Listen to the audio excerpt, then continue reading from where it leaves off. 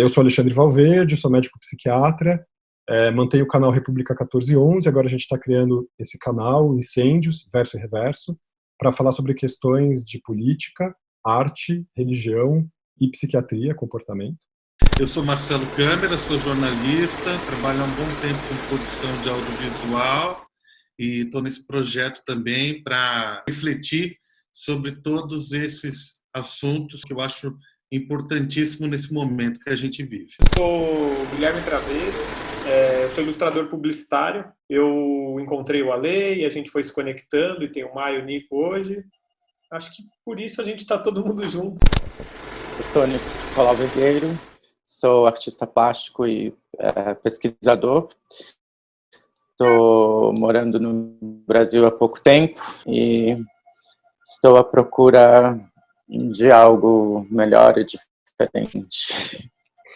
A gente está no canal Incêndios e a gente está em uma conversa hoje que é a leitura de um texto do Nicolau Vergueiro, que ele vai trazer aqui o tema. A gente vai, sobre esse trabalho, desenrolar a nossa fala. E eu estou com alguns temas aqui que eu queria trazer, mas acho que eu não vou nem anunciar. A gente vai trazer na medida que a conversa for aparecer, porque eu tenho certeza que vai encaixar. Eu acho que não é diretamente, não tem nada a ver com Covid ou com o que a gente meio falou que vai falar hoje, mas de repente tem alguma coisa em comum, sei lá, que a gente vai combinar. E é um texto maior, assim, acho que vai ter 5 partes inacabadas. Eu vou ler a primeira parte e passar. Vocês estão vendo já a minha imagem? Sim. Tá. Sim.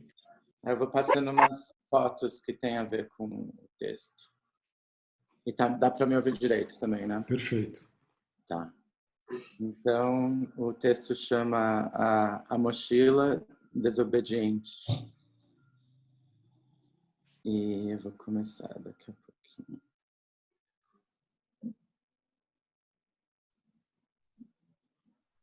Fala, A Mochila Desobediente é uma ilustração de movimento. Movimento como visão de espaço.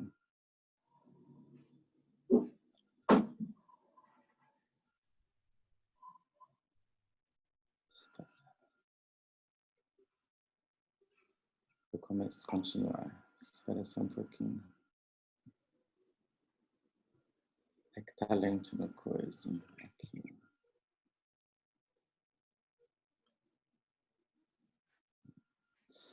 Movimento pode ser formalizado em objetos distintos dos cinéticos ou outros motorizados.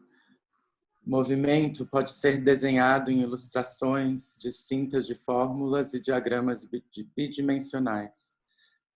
A mochila desobediente o faz. Ilustra aquilo que eu não tenho convenções para descrever. A mochila desobediente sempre fez parte da solução. A sua utilidade corresponde ao início, o triunfo e declínio de todas as civilizações. Dezenas de milhares de anos antes de civilizações, o animal homem já levava e trazia peso melhor distribuído dentro de um corpo feito de um material desobediente. A necessidade por materiais desobedientes é mais antiga do que a língua falada, do que fetiches e totens e do que as ferramentas da Idade da Pedra. Antes da história registrada, peles e bexigas de animais, seivas curadas e cascos de árvores unidos em dobra ou costurados por agulhas de osso e fios de nervo animal apostavam na eficácia dos materiais desobedientes e criavam protótipos de mochilas. Protótipos esses que reorganizaram e fizeram e desfizeram a matéria e criaram a primeira tecnologia humana. A costura da roupa, do saco do bolso externo, da prótese mole feita de bicho. A mochila conta.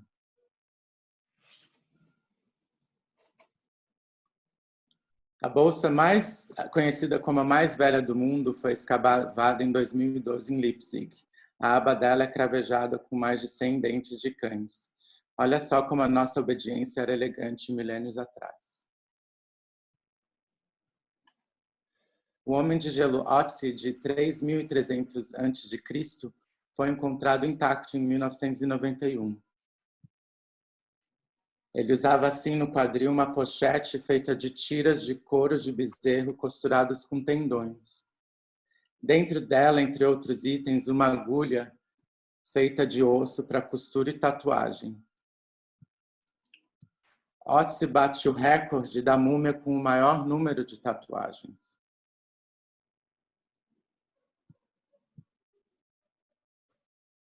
A nossa espécie, nós mochilas, iniciou a costura que gerou o tecido. Recentemente saíram reportagens sobre um barbante feito de fibras torcidas que foi datado de 50 mil anos atrás.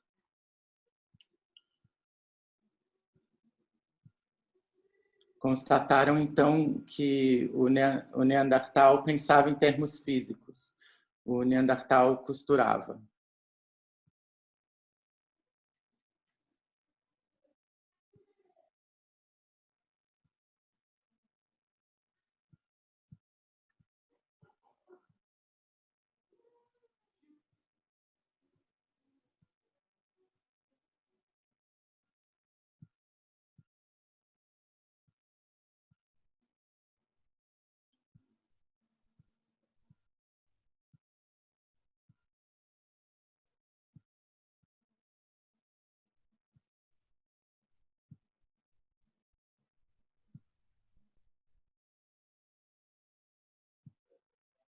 Essa é a parte 1, na verdade.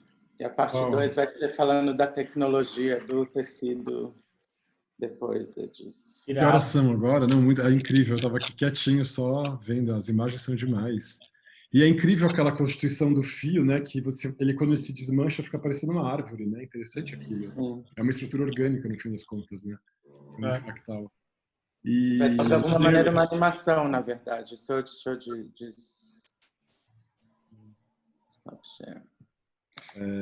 Então, esse é o começo de uma animação, sobre um vídeo ensaio sobre essa teoria que é uma teoria minha, ou não minha, tipo, muita gente já falou que a primeira tecnologia humana é, na verdade, a costura, e não a ferramenta de pedra. O fogo também é anterior ao fogo? Oi? Seria anterior ao uso do fogo? Eu tenho que pesquisar, porque essa descoberta do Neandertal, na verdade, foi super recente, foi um mês atrás, foi já na era Covid. Sério? E por acaso eu já tinha Incrível. escrito esse coube muito direito, assim, saiu no New York Times até esse negócio, que foi a primeira pré-cognitiva do Sapiens, esse fio torcido, e prova que o Neandertal já tinha essa tecnologia de torcer fio, entendeu? Antes do cérebro ser completamente formado. Desenvolvido. Os Neandertais eles tinham também capacidades cognitivas bastante altas, assim. E é que eles foram massacrados por nós, né? Embora a gente tenha absorvido, né? Ainda existe DNA Neandertal nos nossos corpos, assim, principalmente dos europeus, que eles ocupavam aquela faixa ali, né? Porque eles tinham uma constituição física que aguentava o frio, pelo tamanho do nariz, a corpulência e tal. Mas fala mais um pouco, Nico, sobre essa questão da mochila, assim. Esse fascínio pela mochila, esse objeto. O texto, essa primeira parte, é meio tenta tipo pegar essa questão e tipo, contextualizar tipo num senso histórico. Aí depois vira meio sobre a tecnologia de tentar mapear o sentido. Tipo essas últimas cenas que mostram os cartões de jacquard, que é de tear tecido, tipo um século depois são os mesmos cartões, a mesma tecnologia igual de cartões que formaram os primeiros computadores. Que é tudo do sistema binário de informação e ou não. Então, tipo, essas tecnologias, tipo, em teoria, essa tecnologia do Neandertal é a mesma do computador. Tipo, dos primeiros cartões de programação. É igualzinho os cartões, são iguaizinhos. Aí fala disso, aí fala de tecnologias que a gente tem ou criou que tenta o que eu estou chamando como é que é? Desassociar os sentidos. Tipo, tem uma que é um óculos não é nem um óculos, é um sistema auditivo para cego ver com som. Tipo, como um morcego, assim. Mas aí vai por aí, mas a mochila desobediente é esse tipo, essa tecnologia inerente ao humano.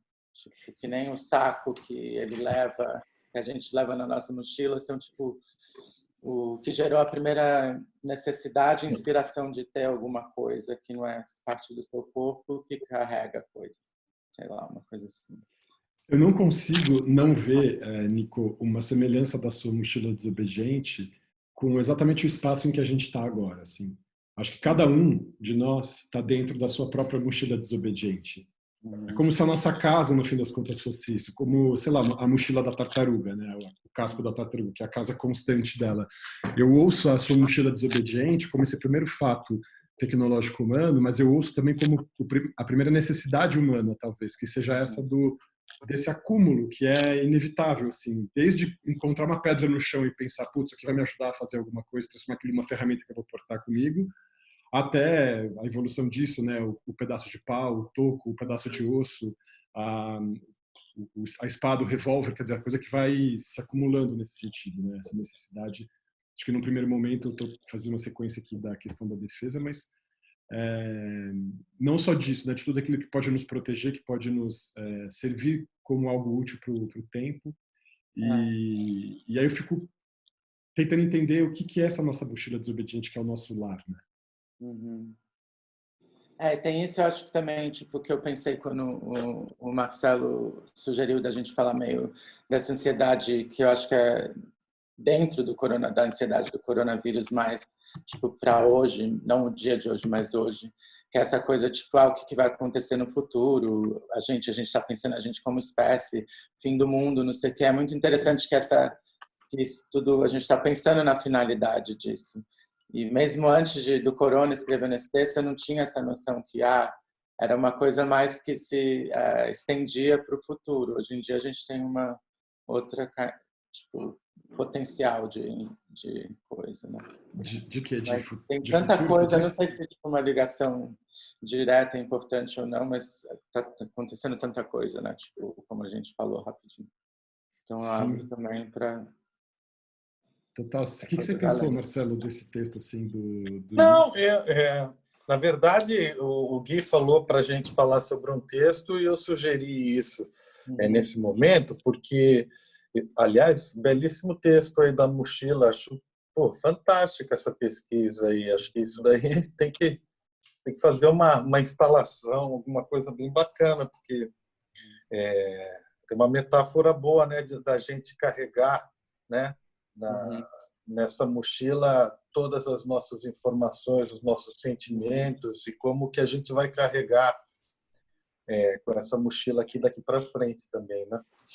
Mas eu vejo essa questão do que a gente está no momento de espera e de ansiedade para ver o que vai se desenhar como um novo mundo a partir daqui. Todo mundo já determinou que seria difícil voltar a viver o que a gente vivia antes. E o que vai ser? Melhor ou pior? Né? Essa é uma discussão que a gente precisa ver. Quando começa isso? De qualquer forma... E quando começa isso? Porque tem uma questão que eu acho... A gente está assim, será que já começou? A gente já está no dia 15 disso, a gente não sabe ainda. Depois lá atrás a gente vai decretar quando é que foi que se deu. A gente já está no dia 60, a gente está no dia -10. É difícil pensar quando é que a gente decreta o começo desse novo mundo. Quem que vai anunciar o ano zero, antes do corona, depois do corona, né? O ACDC novo. Qual que vai ser a data oficial disso? Será que ela já não começou? E depois a gente vai dizer, olha, ele estava vivendo no -1 do coronavírus. Lá. E aí a questão é, se a gente está na data negativa desse zero do novo mundo, quando ele começa? Daqui a 6 meses, daqui a 1 ano, daqui a 2? A gente não tem perspectiva mais de saber se a gente consegue planejar coisas para o mês que vem. Porque mês que vem pode ser que a gente ainda esteja em casa, daqui a 3 meses, daqui a 6 meses, daqui a 1 ano. Então, essa dimensão, ela explodiu também. O que a gente faz com o nosso não saber o que vai acontecer com a gente daqui para frente? Né? Desculpa te interromper, mas eu queria fazer esse parênteses. Não, perfeito, é exatamente isso. E, além de não saber e de ficar nesse período de espera, tudo isso, o que será? Qual será o modelo? Né? Por isso que eu coloquei ali. Muita gente com uma visão utópica. E, e o que a gente vive, na verdade, é uma bela de uma distopia. Né? Eu acho que uma coisa tem a ver com a outra. Nenhuma das duas satisfaz, né? O modelo de nenhuma das duas satisfaz, no sentido que a gente vive uma distopia já de começo desse século XXI, né? Que eu, inclusive, passei ali para o Gui, passei para o grupo aí, 15 obras da literatura, um link com 15 obras da literatura, cada um trazendo um elemento de uma determinada distopia que foi escrita há muito tempo atrás, para saber como que o mundo seria no futuro. Cara, a gente está vivendo um pouco de cada uma dessas visões trágicas, entendeu? E o que acontece? A nossa esperança é que esse período de parar tudo signifique um recomeço para a gente resgatar essa posição e falar assim, não, nós não vamos mais viver esse lixo que a gente está vivendo, essa distopia que a gente está vivendo. A gente vai passar para um mundo mais responsável, mais solidário, o que não passa, o que não deixa de ser também uma utopia, né? Se a gente está vivendo, então é esse paradoxo que a gente vive nesse momento, um tempo de espera entre duas visões de futuro contraditórias e que, de certa forma, eu não acredito que vai ser nem uma coisa nem outra. Tanto porque o que eu fico pensando também, ouvindo você falar, que tipo o mercado em geral, seja capitalista ou político, já está respondendo mais rápido do que a gente a essa nova realidade também. Isso que a gente tem que... Eles estão respondendo, eles estão empacotando já produtos para a gente começar a engolir. Só que tem uma coisa, tem uma trama mais fina que está se tecendo, que é tão... eu não sei se vocês também estão lidando com isso, mas assim, eu vim agora para Santo Antônio e comecei a fazer parte de um grupo que cuida dos profissionais que estão ali no pronto-socorro, no centro de saúde e tal. De repente a gente começou a fazer um fórum como esse e agora ele já está com 40 e tantas pessoas. E pessoas que a gente nunca conectou de outra maneira, a não ser naquelas relações de trabalho, que agora a gente está podendo desmontar, chorar e falar do quanto está tensa essa situação toda e tal e tal. Então, esse tecido em que nesse grupo estava o prefeito da cidade, a secretária de saúde, a pessoa que fica na limpeza, a pessoa que fica na frente ali no pronto-socorro, todo mundo estava ali. Essa horizontalidade do prefeito poder falar, putz, eu estou super angustiado, e a pessoa que faz a faxina falar com a mesma voz, com o mesmo tempo, poder ocupar esse espaço, eu fiquei tão espantado com isso acontecendo. Eu falei assim, nossa, olha só, é isso que é o tecido do novo mundo. É essa horizontalidade que a gente achava que a gente não ia conseguir alcançar e que a internet permitiu isso. Porque a hora que você vê na mesma tela todos os rostos com os nomes e você não vê ali o senhor doutor, pós-doutor de não sei o que lá, a pessoa está na mesma possibilidade de falar. Eu olhei e falei, cara, isso aqui é o grão que vai começar a brotar e vai nascer essa nova liberdade aqui, ó, nessas relações. Porque eu fico imaginando como que depois desse tempo em que nós vamos ver sobre essa angústia de ficar com medo de morrer, ter que precisar muito do outro, ter que falar com as pessoas e tal, se isso durar 2 anos, suponhamos, que é a média que dura uma pandemia, em 2 anos você inculcou esse hábito nas pessoas. Quem que falou que a gente vai conseguir sair desse lugar depois? Quem falou que eu vou querer que o prefeito tome uma decisão na cidade sem que eu participe da reunião onde ele está? E que onde ele está, a faxineira também tem a possibilidade de falar. E o rapaz da segurança, e o motorista. Eu acho isso incrível, na verdade. E esse novo tecido, ele pode se fortalecer. Ele está começando a ser tecido. Eu já estou vendo uma outra experiência aqui. Vem numa empresa que eu não imaginava que isso fosse acontecer e está acontecendo e tal. Então, talvez, se o tempo permitir, a gente consiga fazer essa trama ficar bem amarradinha. Talvez não, mas isso aqui é uma hipótese. Também estou sendo otimista agora também, nesse momento, né? Era onde eu ia te cortar. Eu ia te cortar exatamente nessa parte, um pouquinho antes do otimista, que é... Vocês viram que em Belém a doméstica foi colocada como necessidade básica? E que na lei... Meu Deus. Deixa eu ler aqui para vocês. Essencial, né? Eu acho que é uma necessidade básica as pessoas aprenderem a lavar a própria roupa e próprios pratos. Então assim, será que tudo vai mudar? Será que a gente precisa mudar? Nossa. Mas assim, isso é um paradoxo em si, porque se isso é uma necessidade básica, é uma necessidade básica para a pessoa que é faxineira fazer a necessidade básica da casa dela. Porque ela não vai poder pagar ela uma faxineira, então ela não vai poder sair de casa pela própria necessidade básica. Ou seja, se o argumento é esse, acabou a sequência do argumento não vai ter faxineira. Mas esse é o negócio, né? O Estado não banca, né? Tipo, amparar esse negócio, tipo, de ficar a empregada sem ganhar e sem trabalhar, o Estado deveria bancar, né? Isso Sim. também é tipo um jeito de fazer que tipo a patroa não demita, e se tem carteira assinada que não tem o fundo, não recebe o fundo, sei lá.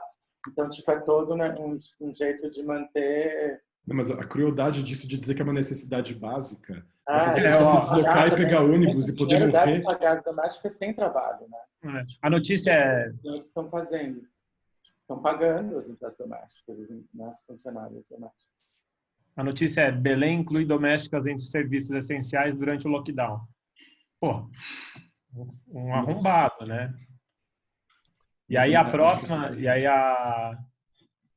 próxima notícia era os milionários, os ricos de Belém saindo, fugindo dos hospitais que já estão, das UTIs, né? Escapando das UTIs em UTI aérea para fugir do colapso.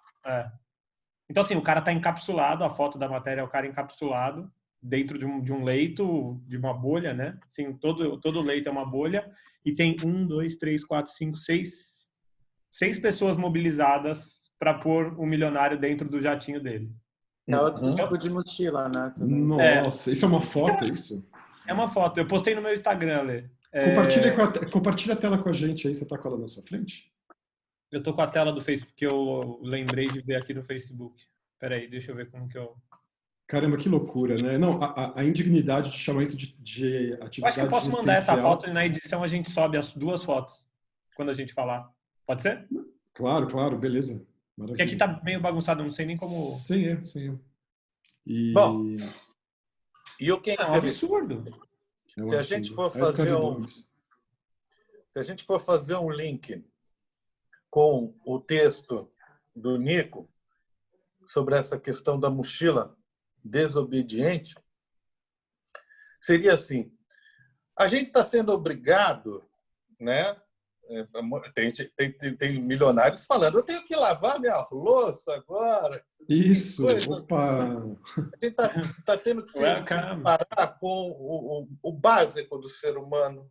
Até mesmo na questão, quando tem uma crise de saúde, em que todo mundo está no mesmo jogo, a gente sabe que não é o mesmo jogo para todo mundo, porque num segundo momento disso daí, quem vai sofrer mais é quem tem menos condição de se virar. Porém, num primeiro momento, afetou todas as classes sociais. Então, eu tenho que lavar minha louça, eu tenho que cuidar, tenho que lavar minha cueca. Pois é, o que será que dentro dessa mochila desobediente a gente conseguiria levar mesmo para esse futuro, dessa experiência que a gente está vivenciando agora, com o medo da morte, deparando-se com a finitude, com tudo isso? O que a gente vai conseguir manter se acabar o isolamento daqui a 2, 3 meses?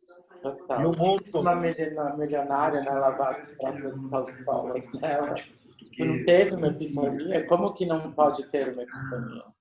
Sabe? Exatamente, mas é isso que falta na vida dessas pessoas, é a epifania. Você nunca fez, né? Tipo, o que está rolando assim. Nem sem julgamento, é parte da nossa cultura cultural, né? Mas sabe uma coisa que me fez... E outros menos, de labor, whatever, mas essa é a realidade, né? Eu pensei uma questão em relação a essa fala do Marcelo, a sua também, Nico, que essa definição das classes sociais de quem é pobre e quem é rico. Eu comentava no grupo dos meus colegas de faculdade, esses grupos de WhatsApp que a gente mantém, fica fazendo piada, falando de política, se degladiando aí, se eles achavam que eles eram ricos. Eu sei que tem um ou outro colega de turma que é rico mesmo. Para mim, a definição de rico é simples, é aquela pessoa que simplesmente não precisa trabalhar. Ela tem renda constante, um aporte, uma liquidez e um patrimônio tal que ela não precisa fazer nada da vida a não ser ficar lá gastando o dinheiro dela. Isso é rico. Qualquer pessoa que tem que trabalhar para manter o padrão de vida, por mais que ele seja alto, essa pessoa é pobre.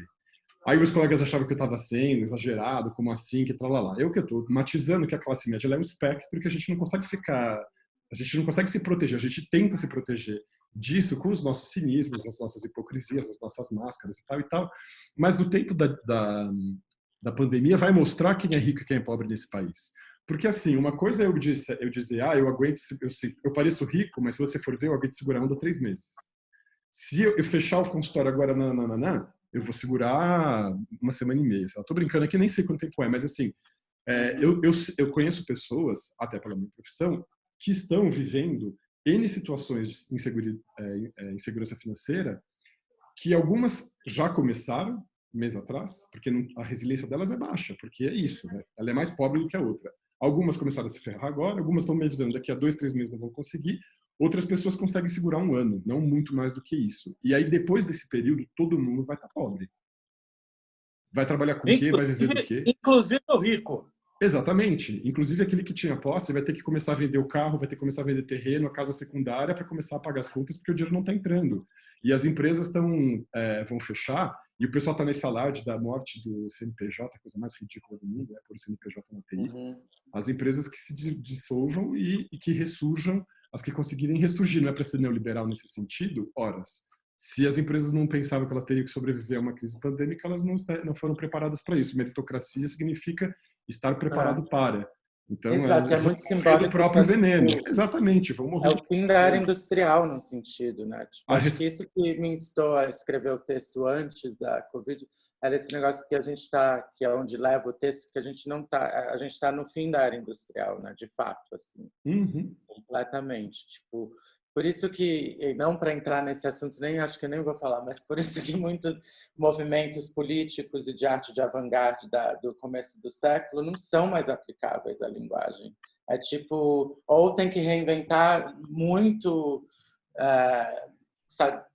com muita sagacidade, porque tipo, não aplicam mais o que a gente conhece de marxismo ou construtivismo, seja o que for, assim, é muito... sei lá, é tipo a morte da era industrial que a gente está vivendo. Mas pelo menos a gente está preparado, isso que eu fico pensando, a gente se preparou nesse sentido, tecnologicamente, que a gente pode continuar conectado a descobrir novas maneiras de trabalho através do que a gente está fazendo aqui, nas Zooms, whatever. Mas a gente está meio preparado para uma... E também, mesmo nessa parte digital, tem um fator de exclusão incrível. Sim. Tem muita gente que não tem acesso à internet. Tem muita gente que não tem sinal de Wi-Fi, que não tem sinal de não sei o quê. E tudo isso é econômico, principalmente. Você paga uma banda para usar. E é uma coisa que pode ser controlada pelos governos, pode ser controlada pelas companhias. Então, o que acontece é que assim está se desenhando nesse período pelo menos uma discussão. Antes não estava se discutindo mesmo alguma alternativa a um modo de vida mais sustentável, em que você fosse mais independente desse sistema. Eu acho que quando coloca que a Covid vem para botar em xeque o capitalismo, pode ser sim uma possibilidade, pode ser sim uma janela. Pode ser uma janela, porém, precisa ver o que vai triunfar. E aí eu coloquei aqueles 2 modelos como provocação, que é ou vai ficar tudo na utopia, que a gente vai construir um mundo melhor, e aí eu estou tranquilo, estou esperando que daqui a pouco eu saio dessa daqui e o mundo vai estar fantástico, como eu penso, ou a distopia vai imperar mesmo no sentido do que já estava ficar muito pior e muito mais denso. No Brasil... Como você disse, tipo, que os livros de ficção científica ou whatever, tipo, preveram, e você pode tipo, fazer uma colagem de partes de literatura assim, tipo, eu penso de novo, acho que a gente tem que tomar muito cuidado para essa utopia não ser tipo, esse novo capitalismo não ser mascarado de utopia, né? Sim. Exato. É muito fácil, a gente está um pouco, e mesmo por sobrevivência, né? A gente tem que se pegar em alguma coisa, senão a gente vai pirar também. Mas a gente vai... ou não, sei lá. Mais urgente para, sei lá, para outras as grandes companhias já estão entrando nessa cooptação dessa fase, ou já estão entrando, adequando o discurso, falsamente, sempre né? Que é questão de cidadania, questão de solidariedade, são palavras de ordem, nós estamos te ajudando. Na verdade, não está ajudando ninguém, não. Não está ajudando ninguém, não. E é tudo falso. Então, a gente precisa se apoderar desse discurso, porque Exatamente. se as companhias entram nessa sintonia aí e falam, bom, tal, veja, esses R$600 é uma afronta, bicho. É uma afronta. As pessoas tinham que estar recebendo no mínimo R$1.500 por cabeça para compor famílias de R$4.500, R$5.000, R$6.000 para conseguir passar essa crise. Isso vai ser uma aberração. E o triste é que isso foi uma conquista da esquerda, da pressão do legislativo sobre o executivo, e o Bolsonaro está pagando de que o projeto é dele, que ele está dando dinheiro para salvar pessoas. Assim, as pessoas também estão fazendo uma leitura equivocada. Falam assim, o dinheiro do Bolsonaro. Não é do Bolsonaro, não. É nosso e ainda acho que é mal distribuído. Tinha que ser melhor distribuído mais, tinha que ter tido mais aporte mesmo.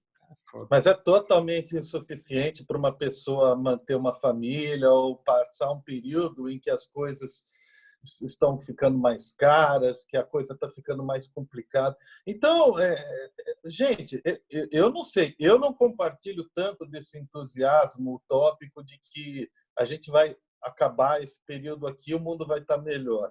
Não é o que está indicando. Porém, o Alexandre também citou umas coisas interessantes. Algumas pessoas estão voltando a discutir coisas que já não se discutia mais, como viver no campo, viver mais solidário, sustentabilidade, né? Criar comunidades espontâneas. Isso está acontecendo. Mas o que é muito louco é que que é uma combinação dessa, tipo, digamos, não valores antigos, mas tipo uma coisa mais assim com essa tecnologia, mas uma coisa que a gente não conseguiu que não sei se nem tem mérito, mas a gente conseguiu dobrar ou sei lá o que o tempo e o espaço, né? Desde que você pensa tipo de novo da área industrial, do trem, do código Morse, do telefone, a gente está quase sabe assim, está quase voltando para a estrutura neandertal que a gente tinha, mas talvez seja isso, a gente vai voltar a ser homens da caverna tecnológicos e tudo bem.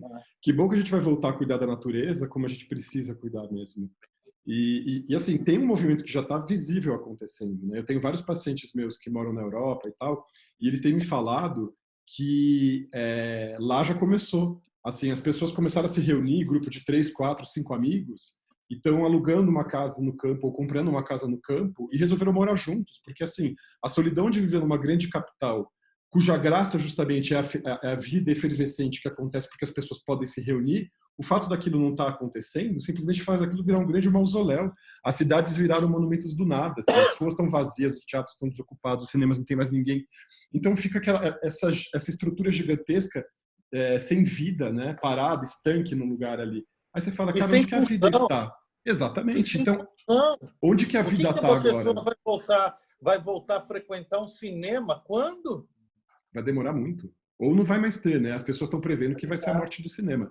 E aí, assim, se a gente for entrar nessa espiral catastrófica, vamos dizer assim, eu estava fazendo um exercício, é que é bem difícil pensar nisso, assim. Tentar entender isso e se é possível ou se a gente pode estar incorrendo numa coisa um pouco histriônica, exagerada e tal. Que é pensar assim, cara, e se essa pandemia for finalmente o tal fim do mundo, a desgraceira toda, só que isso vai demorar, pensemos, 30 anos para acontecer. Por que eu estou falando a palavra 30? Porque semana passada algumas pesquisas foram publicadas dizendo que já há 30 variações do Covid, né? No começo do mês de abril tinham 3 variações de mutação e agora tem 30. Aí eu fiquei fazendo um exercício assim, vamos pensar que o que está circulando aqui no Brasil é o Covid-19 número 1.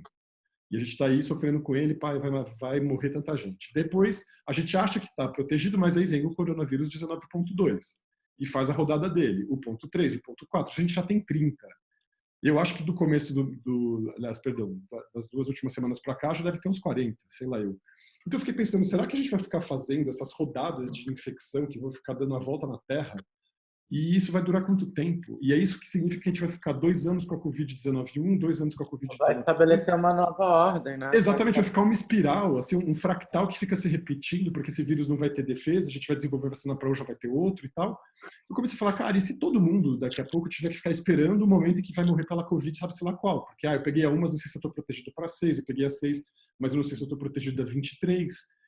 Ou seja, a gente vai ficar fadado a viver enclausurado o que vai acontecer? Eu estou pensando na distopia mais grave, né? Nessa situação, de repente o vírus, a gente não consegue mais encontrar defesa para ele de jeito nenhum e vai viver esse constante ataque de um mundo dominado por uma criatura que a gente vai ficar tentando ser resistência nas nossas cavernas, assim, né? Mas é engraçado para uma pessoa da minha geração, eu acho que todos nós podemos de repente identificar com isso, de ter crescido tipo ficando punk, também pensando nos futuristas, sei lá o que é uma coisa mais radical. Tipo, existe uma utopia não perversa, mas destrutiva, eu acho, dentro desse cenário distópico, né? Tipo, mesmo a narrativa ficção científica é muito isso, tipo, a história do herói lá, ou do cara que, tipo, tá ciente de alguma coisa dentro de uma distopia, né? Tem também um conforto, então, foda-se, queima os teatros, os bancos, os tudo, tipo, sabe assim, uma coisa, vamos... tem um certo um controle da nossa vida diferente, né? Como que a gente tem, sei lá. Não, talvez a gente não vai queimar os teatros, mas a gente vai fazer uma ode à vida bucólica mesmo. E que incrível, né? Poder viver no campo com um computador e tá tudo certo, porque a gente vai continuar fazendo as mesmíssimas coisas tecnológicas que a gente fazia dentro de um quadro de vida que é outra coisa, que eu acho que também tem uma questão do esquecimento dessa vida. A gente está falando do Neandertal, a gente está recuperando as nossas origens e tudo mais, e a gente tem um certo desprezo por essa origem nossa de bicho, né? Essa origem orgânica nossa. A gente fica tentando se sublimar a esse nível em que a gente usa roupa artificial, está usando um negócio, que está permitindo que a gente se comunique aqui, mas que também é a razão e o resultado do lugar em que a gente se encontra hoje, né? Esse esquecimento de quem nós éramos, essa gana, né? Essa ânsia de avançar. E agora que a gente chegou nesse fundo do poço, assim, nesse buraco que você fala, putz, a gente pode morrer pela própria estrutura do mundo que a gente criou, um mundo hiperconectado, onde as pessoas se movimentam muito rápido, quer dizer, tudo isso foi o terreno que propiciou o surgimento disso, para além, obviamente, da agressão contra a natureza, né? Não esqueçamos que essa pandemia começou pelas teorias que têm mais correntes, com a ingestão de um animal mal cozido, assim, um animal selvagem, quer dizer, a nossa gana sobre o corpo do outro animal, essa coisa toda que faz brotar esse mal que se dissemina como uma peste mundial, né? Então, o que significa esse retorno? Então, um retorno para essa nossa vida primeva, não vou chamar de primária, mas porque tem uma força nessa primazia, nesse primado, nesse começo, nesse início, nesse princípio,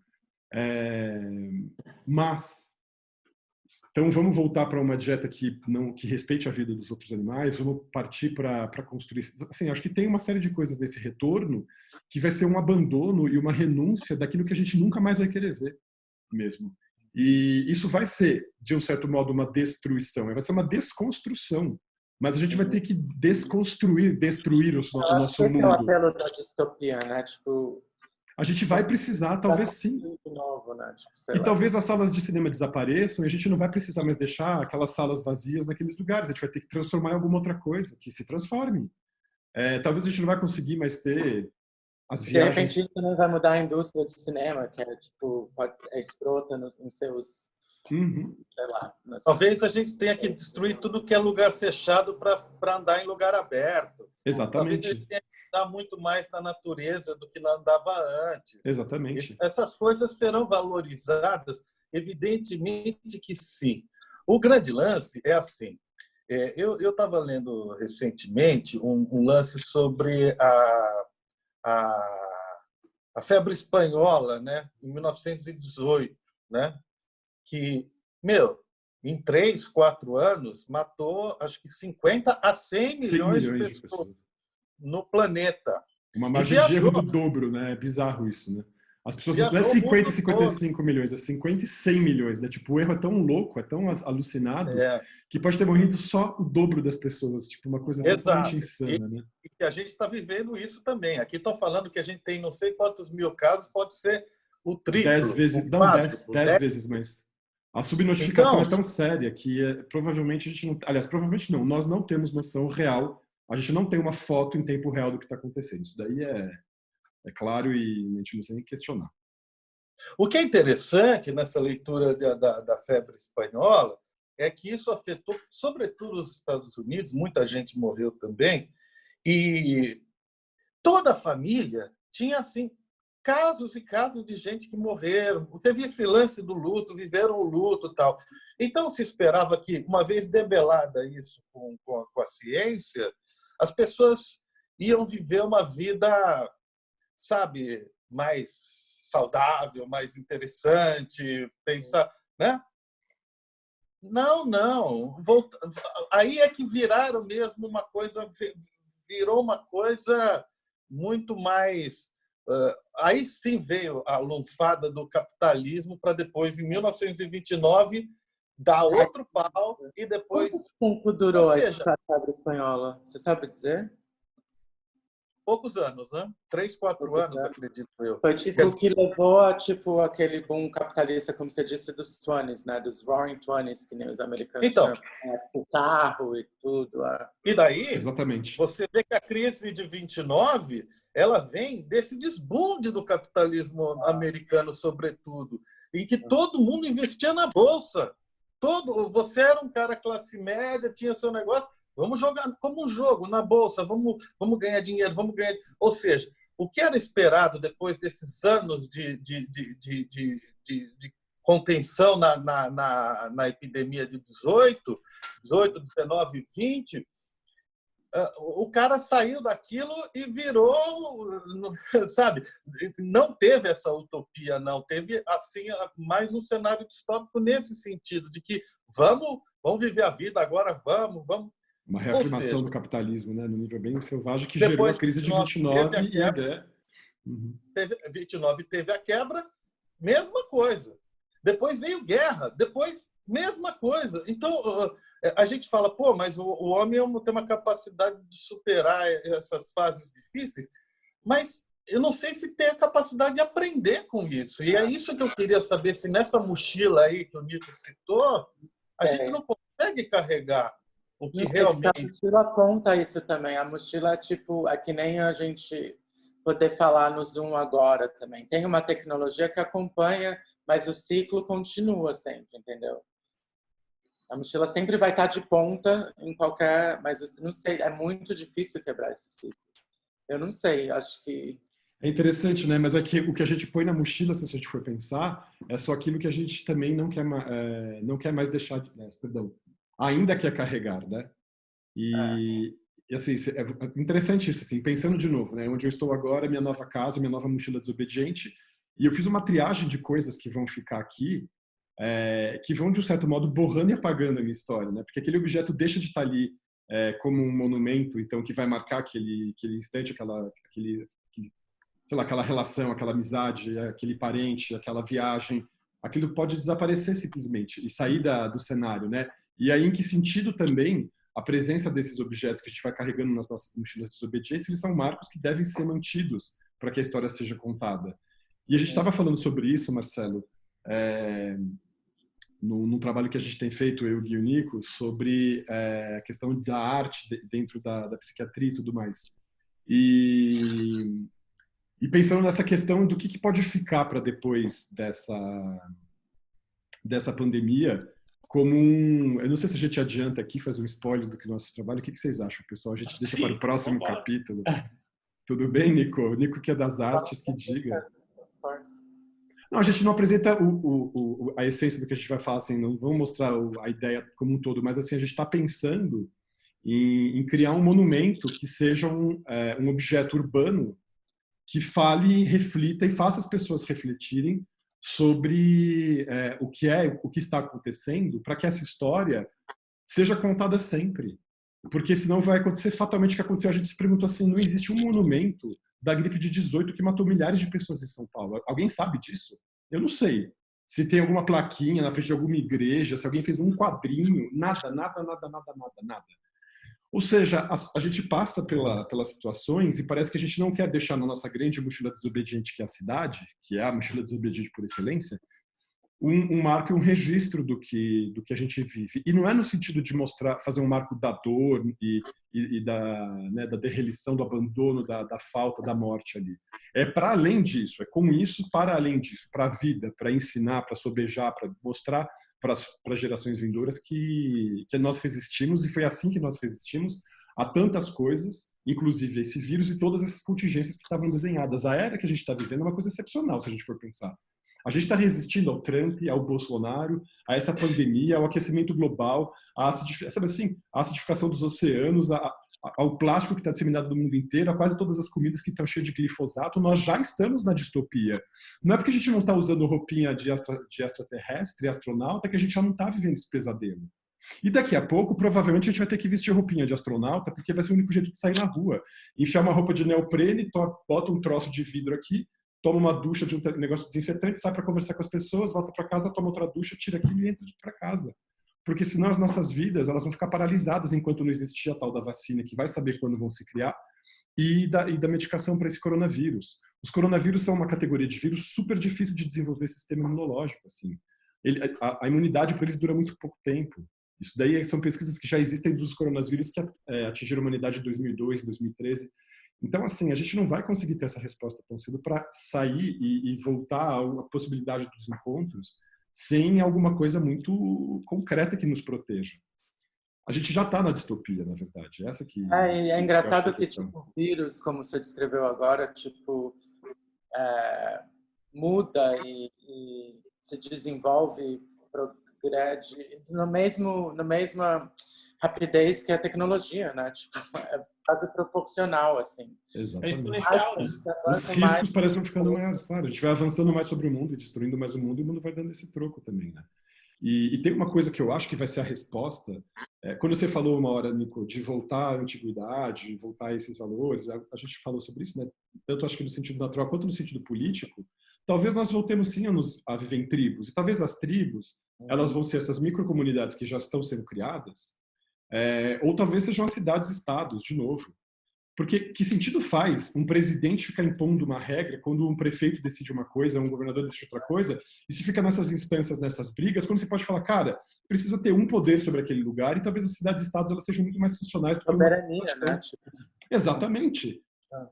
Então, assim, Recife tem as mesmas necessidades que Garanhuns, tem as mesmas necessidades que Cotoxó, tem as mesmas necessidades que Porto Alegre? Não.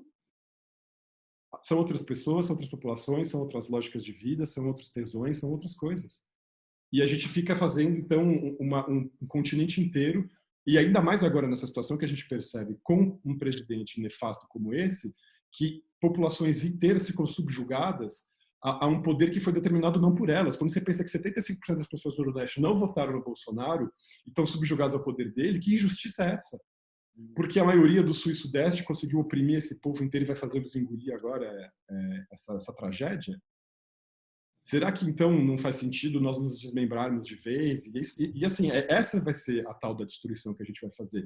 Não sei se o cenário vai ser a destruição dos prédios, os escombros, não sei. São os escombros da nossa cultura que tem que mudar mesmo. E que talvez o prédio continue ali e tudo mais, mas a lógica delas vai ter que ir por terra. A resistência ela vai se dar, muitas vezes, por inverter um pouco essa lógica do capitalismo. Uma vez que, vamos supor que daqui a 2, 3 meses eu não tenho emprego, não tenho como me sustentar, porque também o que eu posso oferecer, ninguém quer comprar. Ninguém pode comprar. Então, como é que boa parte, 90% da sociedade que está na mesma situação que eu, vai administrar sua própria vida nessa lógica do capitalismo? Não persiste. Não persiste. E não é só o cara que não tem dinheiro para comprar. Se o cara não tem dinheiro para comprar, o cara que produz não vende. Porque tipo, nessa linha de pensamento dá para se ver também. Sim. Tipo, agora, o que acontece? Me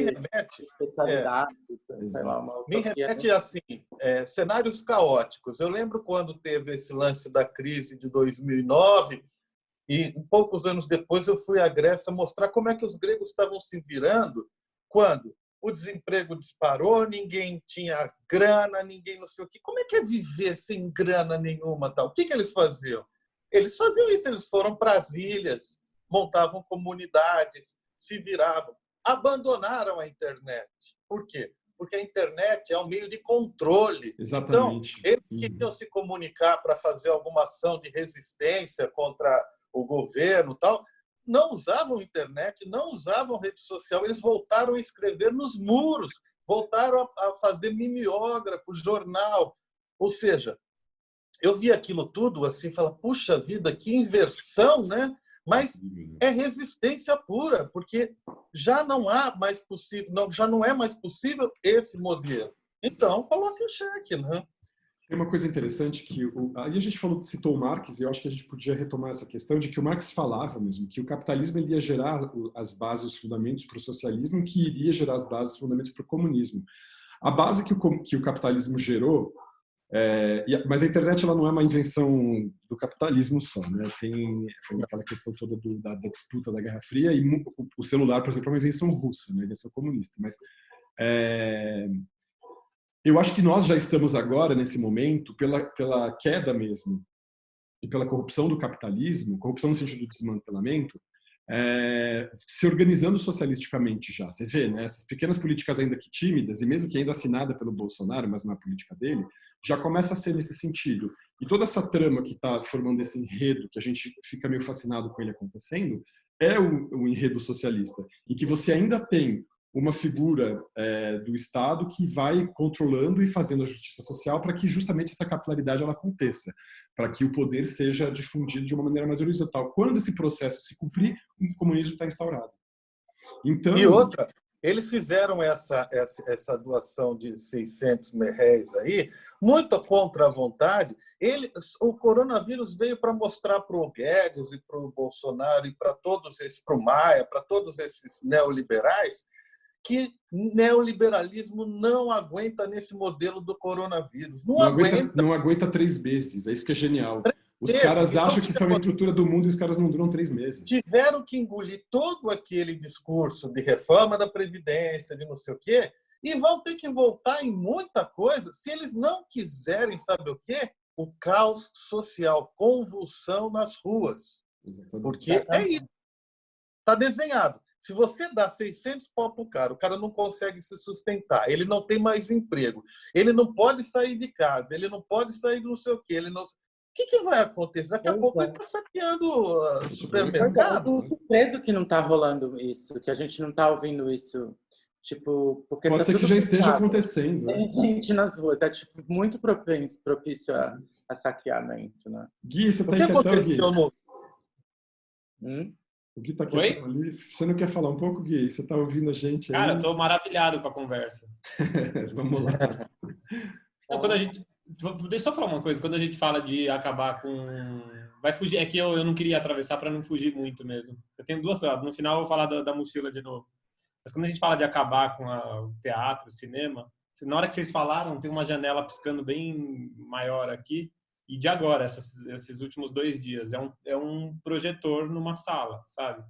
Assim, as pessoas trouxeram uma cama para a sala, Exato. Eu consigo ver uma parede brilhando gigantesca e parece que é a cama, porque é a cabeça das 2 pessoas, sabe? Que legal. Com o streaming, eu acho que a gente já vinha numas de acabar, né? Já. A internet vinha com acabar com as interações. Com a sala de cinema, né? Mas provavelmente sabe o que vai acabar acontecendo? Isso que ela fez aí na casa dela vai acabar virando uma regra. As pessoas vão começar a fazer mini salas de cinema para receber os amigos, receber a família. Sim. Porque vai ser um tesão ter isso. Então vai gerar uma outra economia também, que vai ser a da instalação dessas salas de cinema na casa das pessoas. Quer dizer, isso são os privilegiados que têm espaço para fazer isso, né? Ontem eu comentei com vocês que um vizinho aqui estava encontrando com o pessoal, tudo, né? Aqui na porta.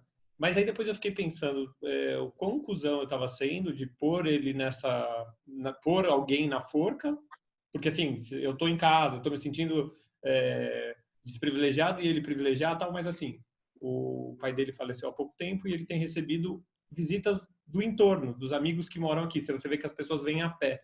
Isso vai acontecer muito, a gente encontrar só quem a gente está aqui. Foi o que você falou. Já é uma comunidade, né? Já está se fechando essas comunas. Se fortalecer, né, de novo, na verdade... Mas, cara, se isso durar... Talvez se forme, porque, Gui, se isso durar 2 anos, cara, a gente vai ter tempo para pensar, repensar, lapidar e melhorar cada uma dessas comunas que vão se formar. Elas já estão se formando. O tempo de comunidade da vizinhança é a soberania do seu núcleo, da sua Exatamente. Tribo. É o que vai... como que o Bolsonaro vai falar o que eu vou fazer? Exatamente. E com a internet a gente não precisa mais disso, porque as orientações a gente recebe da OMS, os cuidados a gente está recebendo pela internet, sabe assim, todas essas coisas agora, o que está acontecendo aqui, esse grande desenho novo, ele está gerando essa horizontalização e essa permeabilidade da informação e do acesso às pessoas que a gente nunca viveu. E talvez isso seja justamente a constituição de um modo orgânico daquilo que o poder instalado deveria ter feito e não conseguiu, e espontaneamente a gente já está fazendo. Sim. Eu acho isso enorme. Ia ser incrível se, com isso tudo, a gente pudesse mudar a nossa estrutura e organização social e que a gente não ficasse mais confiando nos representantes políticos que vão executar aquela tarefa para a gente. Nós todos nos tornaremos políticos. Essa que é a questão. Todos nós constantemente tomados e engajados num processo de cuidado para conosco que não tem outro nome a não ser político. A gente não tem nome de vereador, de sei lá o quê, nós 4 aqui, por exemplo, mas se nós nos pautarmos nós mesmos a viver as nossas vidas determinado pelas regras que a gente vai determinando, desenhando, nós estamos sendo políticos. Não é outra coisa. Político, ativista, qualquer tipo de forma de participação que se preocupa com a sociedade de uma forma como todo, que o que tem crescido muito nos últimos anos, porque a gente fica de mãos atadas. E eu acho que uma coisa importante para falar, eu não sei se aplica, até o Nico, que morou muito tempo lá fora, não sei se a palavra se aplica, mas eu acho que a gente vai viver, em termos tecnológicos, um downgrade. Ou seja, eu vi uma matéria interessante que na Argentina, que está sob um controle absurdo lá, você não pode sair para fazer nada. O cara já está investindo em fazer um drive-in. Ou seja... Voltou para o drive-in. Voltou para o drive-in, porque no drive-in você tem cada carro, tal, não sei o quê, você bota cada um numa distância. Você fala, pô, mas o homem está indo na Lua, o cara está mandando satélite lá, o Musk está mandando satélite, e o cara está falando... Drive-inzão.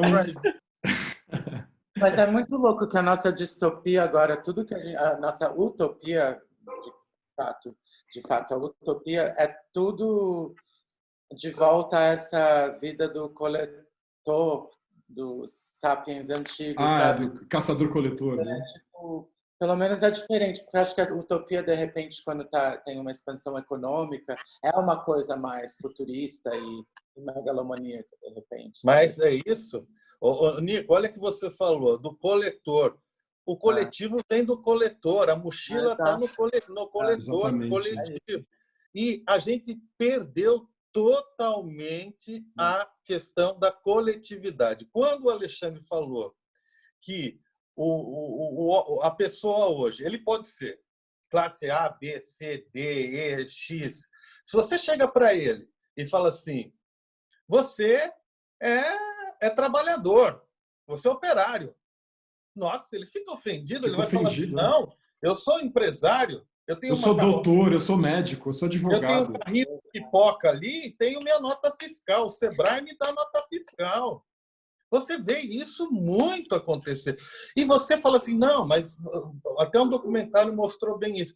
O cara falou, quem que é operário e quem que é classe média? Na hora que o cara explicou os conceitos do que é classe média e operário, todo mundo que achou que era classe média voltou a ser operário. E a gente perdeu, nesse sentido, o senso de coletividade. Se você fala, vamos fazer uma manifestação contra o cara antes da Covid, você não chamava meia dúzia de gato pingado na Avenida Paulista. Não, mas você está sendo afetado, você não sei o quê. Não, mas eu vou dar um jeito aqui. Então, essa individualidade, talvez nesse momento, está sendo colocada em xeque para um projeto mais coletivo. Agora, eu fico na dúvida, será que a gente vai conseguir levar isso lá para frente? Porque se conseguir, aí a gente consegue virar a página, né? Ô, mas você falando de Elon Musk e o cara, a brincadeira do drive-in do Elon Musk, vocês não acham, e eu tenho um pouco dessa impressão, e toda vez que o Ale fala de forma mais romântica, eu acho maravilhoso, eu adoraria. Não, Ale, juro, eu adoro. Romântica é ótimo.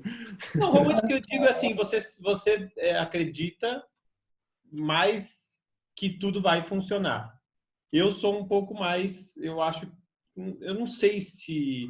Aonde eu ia chegar? Um cara mandando galera, vendendo espaço de cadeira pra galera ir pra Lua, por culpa desses grandíssimos filhas da puta, do maior número de dinheiro, talvez eles façam que essa geração... Que aí a gente volta para a gripe espanhola e a economia, né? O desejo de consumo da galera. A hora que isso tudo passar, a galera volta a ter esse desejo. Porque é imposto pelo maior número de dinheiro. Exato. Então, eu não sei. Nós que Agora, somos mais... estamos numa fatia que interage, que vai entender, que vai comprar, vai morar junto com o Alê aí, que o Alê já foi morar com os irmãos, com a mãe, com o pai, e os pais separados. Então, assim, eles foram viver juntos nesse tempo. E isso vai acontecer com a gente, né? Então, mas eu acho o seguinte, olha só, olha que paradoxo, né? Eu li outro dia no jornal que o Trump estava querendo autorizar as empresas a fazer mineração na Lua. Mineração na Lua. Eu falo, e o cara não consegue imobilizar um país para deter um vírus? Como que pode, cara? Então, veja, será que esses caras realmente estão preocupados em deter isso daí? Ou eles querem que morra geral mesmo? Que daí é história, né, mano? É assustador, é assustador. E lembremos que os bilionários do mundo, os verdadeiramente ricos, esses que podem passar o resto da vida e das próximas gerações sem trabalhar, eles não estão nas cidades, né? Eles estão nos iates deles no oceano. Vocês sabem disso, né? Não. Tem foto na internet que você vê. Também, né? Nos paraísos. Exatamente. E você tem as ilhas privadas, os lugares assim onde você consegue se esconder. E países no mundo que são os oásis, né, dos grandes bilionários, e a Nova Zelândia, por exemplo, é um lugar desse que está sendo estruturado para receber os grandes bilionários do mundo. Não sei se eu estava lendo um artigo faz um tempo sobre isso, do quanto muitos grandes ricos estão investindo lá, porque lá é uma ilha, é longe, é mais difícil de você ter acesso, é mais fácil de proteger militarmente, para quando o aquecimento global mostrar o que veio.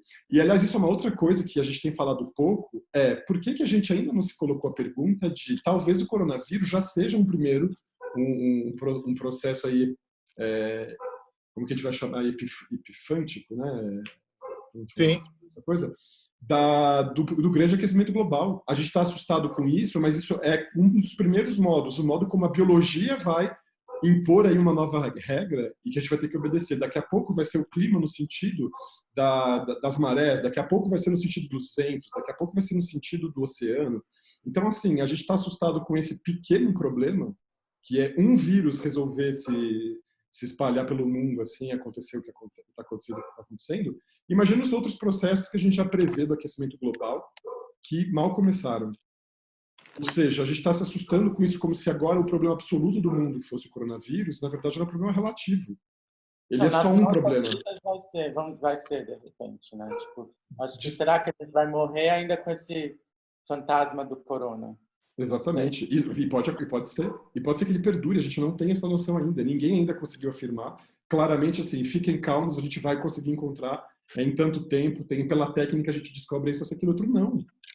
O que a gente vai descobrindo está aumentando a cepa dos vírus, eles estão sofrendo mutação, as pessoas estão sendo reinfectadas pelo próprio vírus, o vírus não dá defesa. Ou seja, o que vai acontecer?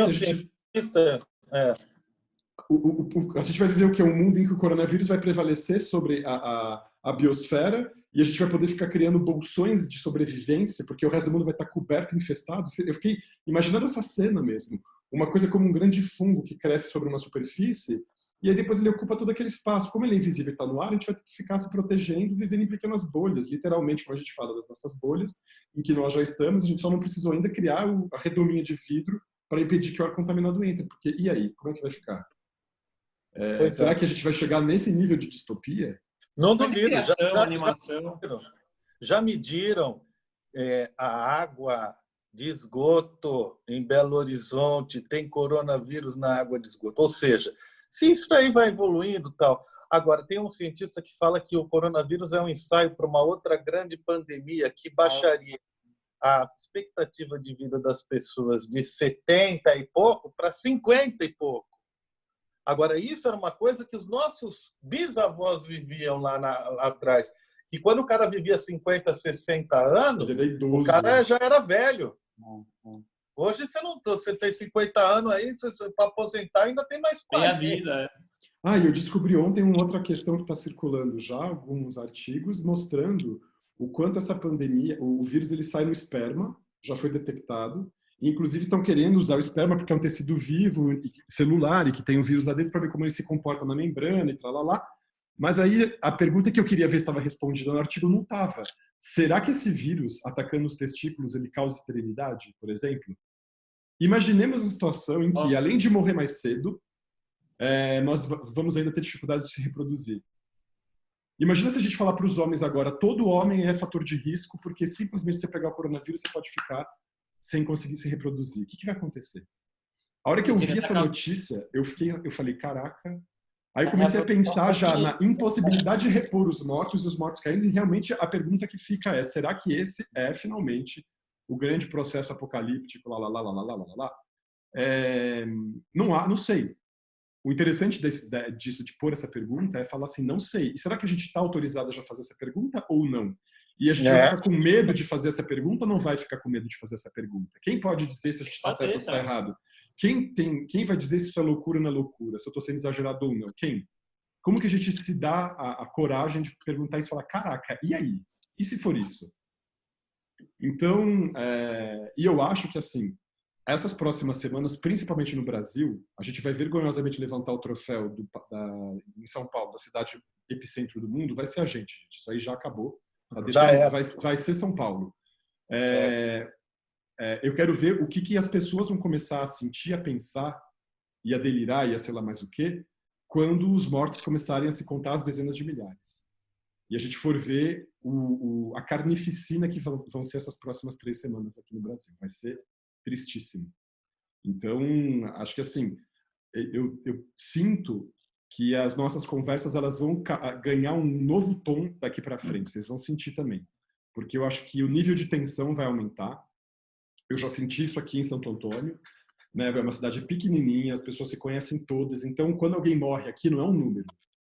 Morreu uma pessoa aqui na cidade. Você não foi assim, tal pessoa que morreu. Foi o seu fulano. O seu fulano morreu. Como assim? E começa aquele choro ali, aquele choro lá, a pessoa que lembra da história aqui, porque numa cidade pequenininha, todo mundo é alguém. Aqui não tem anônimo, que nem tem em São Paulo, que você morre e as pessoas nem sabem se você morreu, se vai ser recolhido, sabe-se lá quando. Aqui não. Então aqui a gente sente muito mais rápido o choque afetivo que é gerado por esse tipo de coisa. Já gerou uma comoção impressionante. As pessoas estão numa vibração muito tensa. Eu estou imaginando isso daqui evoluindo para as próximas semanas, com o aumento do número de mortes, a morte chegando em mais lares, as pessoas ficando cada vez mais ansiosas, e eu estou observando isso nesse núcleozinho de uma cidade de 7 mil pessoas numa serra toda bucólica. Imagino em grandes centros, em que a gente vai ter o colapso do sistema de saúde, com os hospitais completamente saturados a partir da semana que vem, porque a gente já está batendo os 97% de saturação dos leitos. Então, essa semana abre, né? Se você... Dia 11, na teoria, abre, né? Não, aí agora voltou de novo para o dia 31. O Dória acabou de fixar. Só que assim, se as pessoas não respeitarem a quarentena ou não tiver um lockdown, a pessoa não vai poder quebrar o dedo do pé, que ela não vai poder ir para o hospital porque não vai ter quem atenda. Não tem mais... Mas já é assim, nada. Cara. E aí a gente vai começar a entender e sentir a narrativa da tristeza e da dor penetrar todos os lares. E assim, eu tenho visto... Aqui aconteceu uma cena muito curiosa. No começo da semana, domingo, eu abri um grupo aqui para acolher as pessoas da cidade e no meio da minha fala, né, do grupo que eu abri aqui no Zoom, 2 bolsominions estavam irritados com as minhas colocações e resolveram me censurar dentro do grupo. E num ataque muito veemente, assim. E eu comecei a falar, gente, que despudor é esse, né? Que a pessoa está no meu fórum, no meu espaço, veio para me ouvir, e vai ter a pachorra de me atacar, né? Nesse sentido mais vulgar mesmo, eu vou defender o mito até o fim, você cala a boca, não sei o que, você fala, caramba. E hoje, tristemente, uma dessas pessoas adoeceu. Então, ao mesmo tempo, você vê um retraimento, aí, um susto que as pessoas tomam, porque a soberba se transforma em pavor na sequência, porque a soberba é uma defesa para alguém esvaziado e tal. E como isso vai... Eu estou pensando assim, no sentido de como que isso daí vai evoluir, vai se replicar e vai ser uma caixa de ressonância muito intensa com esse fenômeno se repetindo a cada núcleo de 7 mil pessoas. Imagina na cidade de São Paulo, que tem milhões. Que nível de tensão a gente vai viver? complicadíssimo. Então, eu acho que essa questão, a gente pode retomar mesmo essa questão da distopia, da utopia. Depois a gente pode até ver um próximo tema, né? Mas a gente vai acabar retomando sempre essas diferentes visões do que seria o fim disso daqui. Será que vai ser realmente uma esperança ou será que vai ser um desalento, né? O fato é que nos obriga a viver, a ser responsável. Quando todo mundo está sendo irresponsável, você se preservar é um sinal político, é um sinal importante, né? E, cara, eu vejo aqui no interior, os caras não estão respeitando nada, não, meu. Em periferia, então, pior ainda, né? Então, a gente tem que se cuidar, tem que refletir e sei lá, e começar a produzir além desse vídeo que a gente faz aqui. Esse trabalho que vocês estão fazendo é fantástico. Se você puder... Eu acho que no próximo vídeo a gente traz esse projeto, porque a gente vai fazer uma reunião agora no sábado, a gente consegue, acho que talvez, dar um arremate e fazer uma apresentação, que acho que pode ser interessante até, como um marco da nossa ideia, inclusive, ficar aqui e poder ser disseminado. Não sei o que vocês acham, se a gente queima talvez largada. Mesmo ampliar um pouco de um canal do YouTube e começar a botar desenhos, fotos lá do Jeff, porque eu acho que esse tipo de manifestação hoje é importante. Não importa se meia dúzia assiste, não importa nosso testemunho aqui nesse momento, né? Mas eu acho que, exato, isso vai ser lido por outras pessoas, na verdade. Isso daí eu não tenho nenhuma preocupação. O tempo vai mostrar o nosso lugar, e se a gente está fazendo uma coisa que a gente sente que é espontânea e verdadeira, isso vai ser reconhecido lá na frente. Então, acho que eu não tenho nenhum problema com o fato de estar sendo visto por 50, 100 pessoas agora. Isso daí não é problema nenhum. Mas eu acho que assim, o Nico podia voltar com o texto dele também, a gente podia ir retomando, né, até terminar o texto, porque eu acho que foi muito interessante a fagulha que foi o texto aqui no começo, né? Acho que pode ser bem legal continuar. Ou se vocês tiverem também alguma coisa que vocês estão trabalhando em paralelo para apresentar. Uma das coisas que eu queria fazer agora, a gente podia também falar sobre isso, eu quero fazer um curso do meu livro. Então agora eu quero lê-lo inteiro, de cabo a rabo. Eu ia fazer isso sozinho, mas se vocês estiverem afim da gente fazer uma leitura comentada, se vocês estiverem animados, eu ia abrir um canal para isso, mas a gente pode fazer aqui dentro também, se vocês acharem interessante. Ou pegar um trecho pequeno como a gente fez e tipo... Pode ser também, de alguma parte. É legal isso de passar a conversa. Vira uma playlist, Vira uma playlist dentro do nosso canal. Exatamente, é um outro eixo, exatamente. E que traz também mesmo o trabalho visual. Acho legal esse formato de repente trazer uma coisa no início, mesmo que pareça que não relacione. Eu achei bem legal.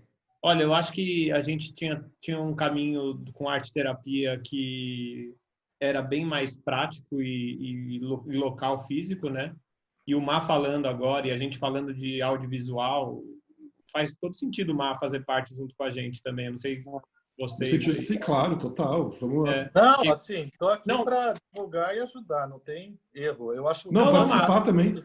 Foi na nossa conversa de ontem que surgiu um outro tom, né, Ale e Nico? A gente tinha um tom de, tipo, atender pessoas de forma física e interagir com elas com arte, e o Ale com a psiquiatria. Quando foi ver, virou um negócio muito maior, que acho que vira o verso e reverso também, sabe? Com certeza. Eu acho que pouco provável que a gente, como grupo, vai conseguir segmentar a partir de agora. Foi exatamente o que o Ale estava falando.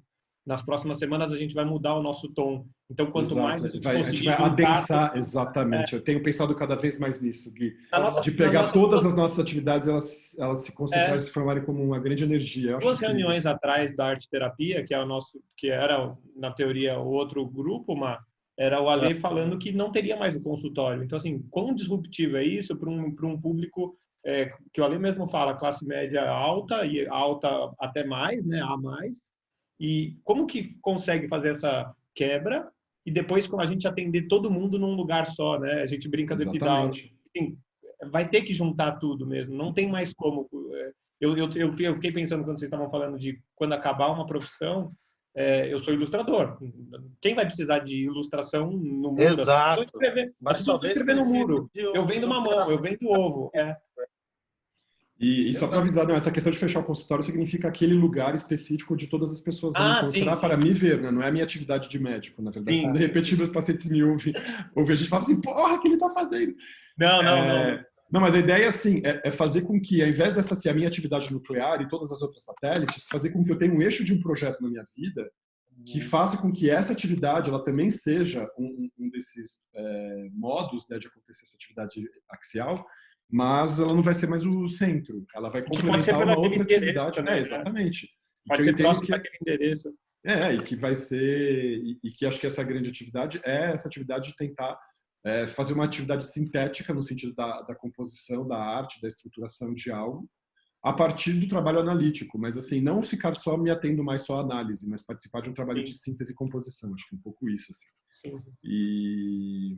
Eu ia falar que eu tenho um monte de ferramenta em casa, por exemplo, eu teria que migrar para um lugar diferente, de construir cadeiras e mesas, ou portas, ou janelas, sabe? Tipo, mas isso já é o não mais capitalismo, porque o capitalismo ele é a compartimentalização da vida. Ele é o fato de que eu só posso me apresentar como médico. Eu não tenho que me apresentar como médico, cara. Eu quero ser marceneiro, eu quero ser apresentado como jardinista, eu quero ser apresentado como cozinheiro, eu quero ser apresentado como poeta, eu quero ser apresentado como humano. Eu não quero mais ficar pensando assim, esse é o doutor Alexandre.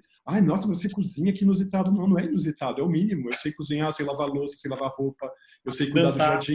Assim, aonde que está isso que a gente tem que ficar aceitando que a gente só faz uma coisa para ficar pagando pelos outros serviços e achando que eu não posso ter autonomia em outros campos da minha vida? Posso, eu sou um ser humano, como qualquer um.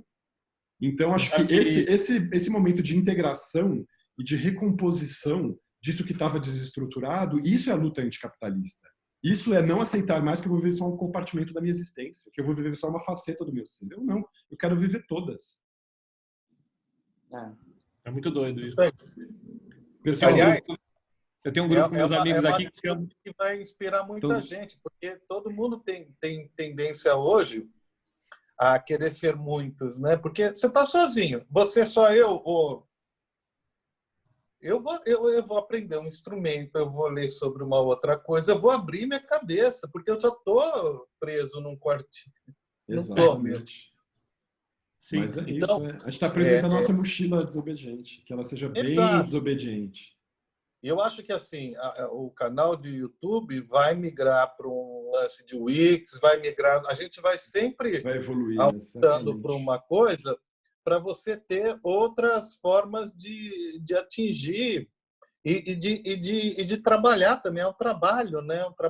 É uma terapia fodida em grupo isso aqui. Né? Com certeza. E, pessoal, faz 1h20 já que a gente está gravando, a gente tinha combinado de fazer 1 hora, vamos dar uma segurada aqui então, para a gente... Nico, você quer terminar? Deixa eu encerrar com um negócio de mochila aqui antes do Nico falar. Claro, manda bala aí. Ô, Nico, mochila é um... Quer ver, quando a gente fala de religião, eu até tinha separado aqui. Ele faz uma alusão ao diabo, né? Que é a mochila... nas costas é o diabo nas costas dos inocentes, que é a mochila de criança também chamado. Mesmo então, assim? até nisso a gente tem mochila, que a gente fala de religião e o mal, né? O bem e o mal, que a gente já falou aqui no episódio anterior. Interessante. Bizarro, né? Que ótimo. Fala, Nico, você quer terminar? Não, gostei, acho que isso tá bom para terminar. Maravilha. Mochilinha de criança. Um beijo grande, pessoal. Tchau, boa noite. Falou, Valeu. Até a próxima. Tchau.